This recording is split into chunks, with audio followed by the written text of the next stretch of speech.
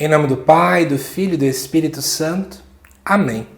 Amados irmãos e irmãs, é com muita alegria que nós estamos aqui para juntos estudar e meditar a primeira leitura que a Igreja nos apresenta para este segundo domingo da Quaresma. De antemão, você que não é inscrito no canal, se inscreva e compartilhe esse vídeo com mais pessoas. O texto dessa primeira leitura se encontra lá em Gênesis, no capítulo 12, versículo de 1 a 4, que diz assim: Naqueles dias o Senhor disse a Abraão: Sai da tua terra, da tua família e da casa do teu pai, e vai para a terra que eu te vou mostrar. Farei de ti um grande povo e te abençoarei. Engrandecerei o teu nome, de modo que ele se torne uma bênção. Abençoarei os que te abençoarem e amaldiçoarei os que te amaldiçoarem. Em ti serão abençoadas todas as famílias da terra. E Abraão partiu, como o Senhor lhe havia dito. Amados irmãos e irmãs, talvez para muitas pessoas não tem riqueza nesse texto, né? Peço desculpa que eu li Abraão, né? É Abrão sempre. Mas vamos comentar um pouco sobre isso. Primeiro, o nome de Abraão inicialmente era Abrão, e ele só recebe o nome Abraão em vista de uma nova missão que ele recebe. É uma visão natural que todo judeu tinha de que o nome conferia à pessoa sua missão, características específicas. Então a mudança de nome é justamente em vista de algo novo. Mas vamos olhar para o texto versículo por versículo. Diz assim: O Senhor disse a Abrão: Sai da tua terra, da tua família e da casa do teu pai. Amados irmãos e irmãs, quando a gente está do contexto lá dos primeiros livros da Bíblia, nós temos uma visão de um povo muito pobre. Abrão não era rico. E para uma pessoa que é pobre e que pelo menos tem terra, família e casa, esses bens são os bens essenciais.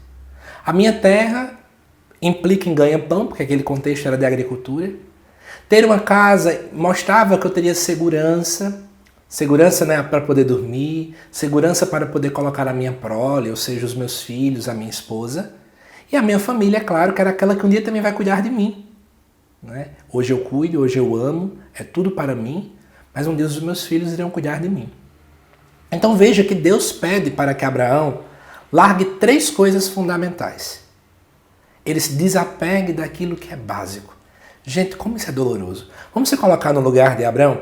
Imagina se Deus pedisse para que você pudesse largar 3 coisas que são essenciais na tua vida. Talvez você diga: eu não tenho casa.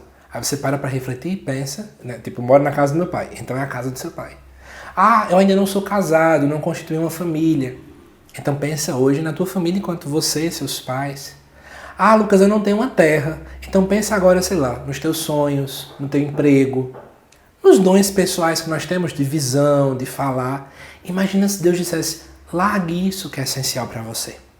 Como é que seria a nossa ação? E note que ainda no versículo número 1, vai dizer assim: e vai para a terra que eu te vou mostrar. Deus pede para que Abraão vá para um lugar que ele não diz onde é que é. É mais desafiador ainda. É um Deus que diz: eu peço que você saia, eu peço que você me siga, eu peço que você me escute, mas eu não digo para onde você vai. É literalmente a fé. Porque a fé é uma certeza daquilo que eu não consigo ver, segundo Hebreus.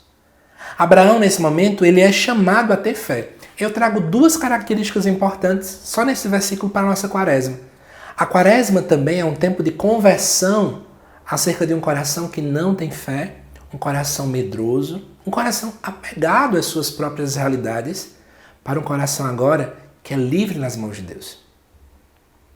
Segunda coisa importante, para Abrão ouvir a Deus, ele precisou calar. Não se escuta se eu não calo primeiro. Será que nós temos feito silêncio suficiente no contexto de deixar Deus falar conosco e mais, observar o Deus que fala nas situações corriqueiras nossas? Ou a gente se enche tanto e nunca para? Vamos continuar. No versículo 2 diz assim: Farei de ti um grande povo e te abençoarei.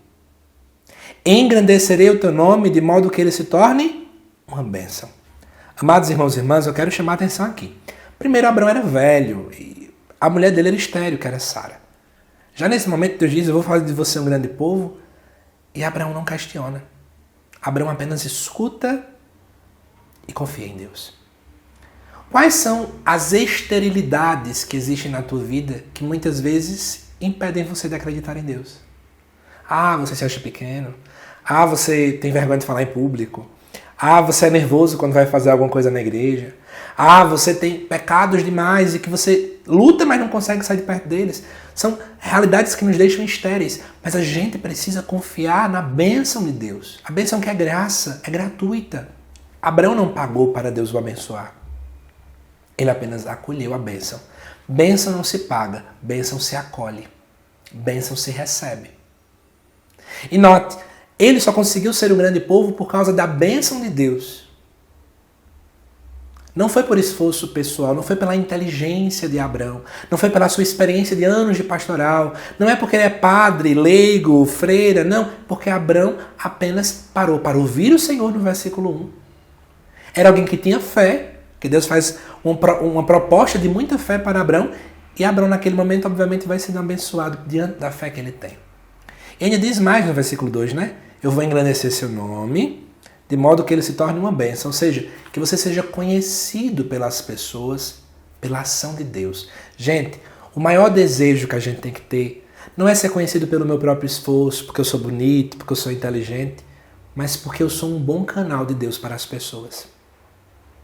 Porque a inteligência passa, mas a graça fica. Tudo passa. A palavra de Deus permanece para sempre. Mas vamos continuar. Tem 2 versículos ainda. Versículo número 3. Abençoarei os que te abençoarem e amaldiçoarei os que te amaldiçoarem.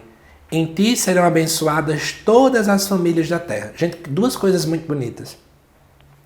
A bênção de Abraão, por ser bênção, ela não fica restrita ao âmbito individualista.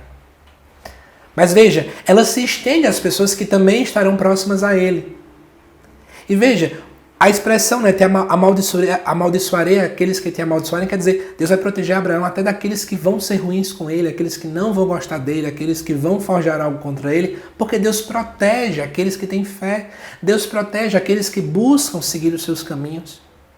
E mais, olha que coisa linda, Deus pede que Abraão saia da tua família e a partir dele outras famílias serão abençoadas. Gente, para mim essa é uma parte magnífica. Deus nos chama a sairmos de nós, sairmos de uma realidade para poder muitas vezes abençoar pessoas que passavam por aquela mesma realidade que eu tinha. Então vamos pensar um pouquinho. Às vezes a gente experimenta uma experiência de luto, né? Por exemplo, eu perdi minha mãe. E aí Deus nos diz o seguinte, né? À luz desse texto. Eu serei canal para pessoas que também perderem suas mães. Ou para pessoas que ainda têm as mães, mas não valorizam, não amam, não obedecem. Muitas vezes Deus nos faz experimentar coisas que a gente não compreende. Mas se nós formos atentos, silenciarmos como Abraão e tivermos fé, pouco a pouco a gente vai entendendo. Deus me tirou de algo para me agraciar em outro ponto. Mas eu preciso estar atento. E aí, por fim, versículo 4.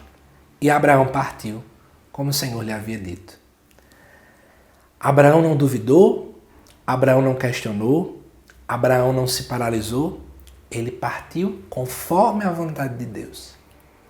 Nós vemos em Abraão, aqui agora, de modo muito claro, uma experiência de êxodo. Ou seja, é uma coisa que eu tenho falado em muitas falas que eu tenho feito, em reflexões, enfim, sobre que nós somos chamados, enquanto cristãos, a sermos homens e mulheres exodais. Homens e mulheres em saída. Saindo de mim mesmo, abandonando as minhas seguranças, para ter a verdadeira segurança com S maiúscula, que é Deus. Saindo da minha própria palavra com P minúsculo, para poder ouvir a verdadeira palavra com P maiúsculo, que é o próprio Cristo. Porque somente assim, quando eu largo as minhas seguranças com S minúsculo, quando eu largo meus sonhos, minhas metas, meus apegos, eu poderei verdadeiramente seguir Jesus. Ainda não chegou o Evangelho, né? O vídeo do Evangelho só vai sair quinta-feira ao meio-dia, mas já digo para vocês, irmãos e irmãs, o Evangelho nos convida a subir um monte. Só se sobe o monte quem larga as suas próprias seguranças, suas visões, suas expectativas e segue Jesus. E aí? Você vai ser como Abraão, que largou tudo e foi e seguiu? Ou você vai paralisar de medo? Convido você a esta reflexão, tá bom? Que Deus te abençoe imensamente. Eu te aguardo nos próximos vídeos aqui do canal. Até mais!